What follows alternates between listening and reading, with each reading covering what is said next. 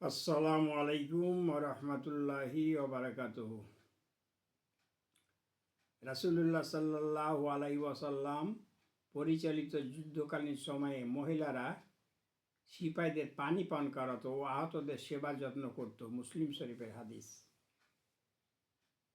আমাদের মা বোনেরাও যুদ্ধক্ষেত্রে অংশগ্রহণ করতে পারে, তারই সপক্ষে হাদিস।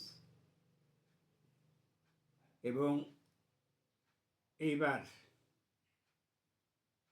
গত নির্বাচনে বিভিন্ন মিছিলে আমাদের মা বোনদের যেভাবে অংশগ্রহণ করতে দেখা গেছে, এটা খুবই ভালো লেগেছে। আশাব্যঞ্জক যে আমাদের সেই যুগের মা বোনদের চিত্র আমরা তাদের মাঝে দেখতে পেয়েছি। আল্লাহ যেন আমাদের মা বোনদের আরও বেশি বেশি ইসলামের দ্বীনের পথে কাজ করার তৌফিক দান করেন। এবং না বললেই নয়, আমাদের মা বোনদের পার্টিসিপেটের ফলে, সহযোগিতার ফলে এবার নির্বাচনের ফলাফলই অন্যরকম হয়ে গেছে, আমাদের ফেভারে চলে এসেছে। আমাদেরকে যতই কম সিট দেওয়া হোক, আমরা প্রমাণ করতে পেরেছি যে না, আমরা আর ফেলনা নই, আমরা আর অবহেলিত নই, আমাদের মা বোনেরা আর অবহেলিত নয়, তারাও সক্রিয় ভূমিকা রাখতে পারে। বাতিলের বুকে কম্পন ধরিয়ে দিয়েছে। আমরা নিরাশ হব না, আমরা নিরাশ হব না, কারণ আমাদের যে ফলাফল এবার এসেছে সেটা অত্যন্ত আশাব্যঞ্জক। এবং যে ঘটনাগুলো ঘটেছে, তারা যতই ক্ষমতায় আসুক, কিন্তু তারাও বুঝছে জামাত কতটুকু শক্তিশালী হয়েছে, কিভাবে কন্টেস্ট করেছে, কিভাবে তাদেরকে হারিয়ে দেওয়া হয়েছে। কাটাকুটি করে এখন মিডিয়ার যুগ, সবই আমাদের চোখের সামনে আসছে, কে কীভাবে পাস করেছে। কাজেই মা বোনেরা, আপনারা হতাশ হবেন না। আপনাদের এবারের ভূমিকা আমাদেরকে আশান্বিত করেছে। আর আমাদের ইসলামের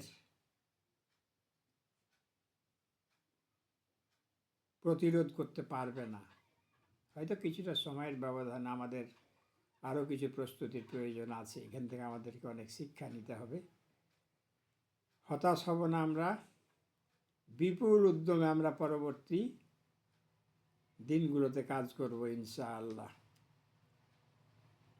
নবী করিম সাল্লাল্লাহু আলাইহি সাল্লাম বলেছেন, একজন নারীও তার সম্প্রদায়ের জন্য নিরাপত্তা দেওয়ার দায়িত্ব নিতে পারে। বিগত দিনগুলোতে আমাদের মা বোনদের ওপর যেভাবে আক্রমণ হয়েছে, পরবর্তীতে আমার পরামর্শ, আমার মা বোনদেরকেও কিছু প্রশিক্ষণ নিতে হবে এবং প্রতিটা গ্রুপে কিছু মা বোন থাকবে প্রশিক্ষিত। তাহলে ইনশাল্লাহ ভবিষ্যতে আর কোনো বাতিল শক্তি আমার মা বোনদেরকে আক্রমণ করার সাহস পাবে না ইনশাআল্লাহ। তা আসুন আমরা এই নির্বাচনের ব্যাপারে আল্লাহর শুকরিয়া আদায় করি এবং আমরা কোনো সময় নিরাশ হব না।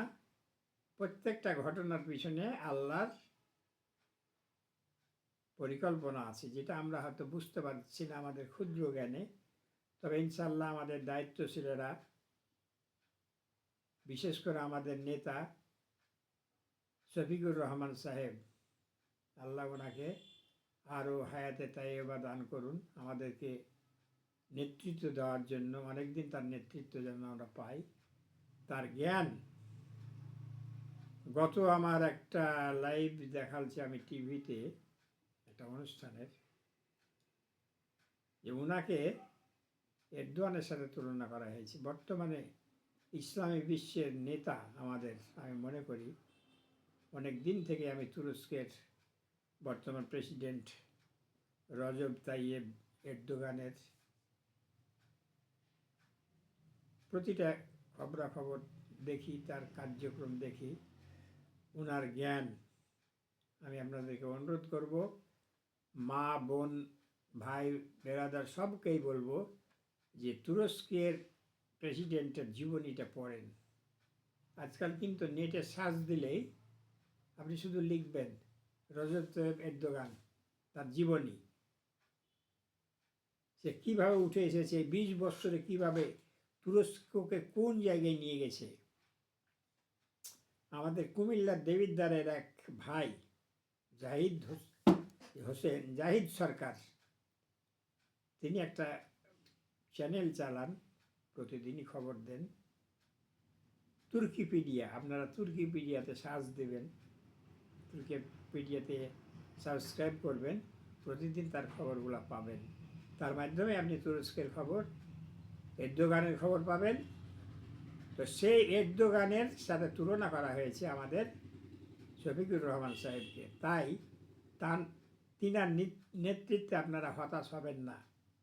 আমার এক বোন গতকালকে খুব কড়া ভাষায় সমালোচনা করেছেন, অসহ্য হয়ে গেছেন, রাগে দুঃখে, স্বাভাবিক, বয়স কম, আমরাও সেই বয়সে এগুলো বলেছি হয়তো নেতাদেরকে, এই নেতারা ভুল করছে, এই করছে, এই করছে। তবে না, সে বোনকে বলবো তার সম্পর্কে আপনি স্টাডি করেন। ডক্টর শফিকুর রহমান সাহেবের ধৈর্য এবং তার চিন্তা ভাবনা, ইনশাল্লাহ সবই ঠিক আছে, এবং আমাদের সামনে আরও ভালো ভবিষ্যৎ অপেক্ষা করছে ইনশাআল্লাহ। এবং আমি প্রায় একটা কথা বলি আপনাদের সামনে, যে বর্তমান শতাব্দী ইসলামের শতাব্দী, এটা মনে রাখবেন। এবং ইসলাম অত সহজে কায়েম হবে না, কারণ সারা বিশ্বে বাতিল শক্তি। আমাদেরকে হঠাৎ আমরা উত্থান করতে পারবো না, ধীরে ধীরে ধীরে এরদোগানের অনুসারী হতে হবে আমাদের। এরদোগান যেভাবে এগিয়ে গেল, কীভাবে তাকে স্টাডি করেন।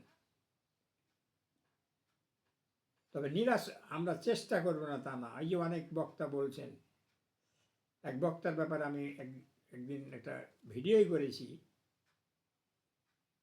আজকে আর নাম নিলাম না,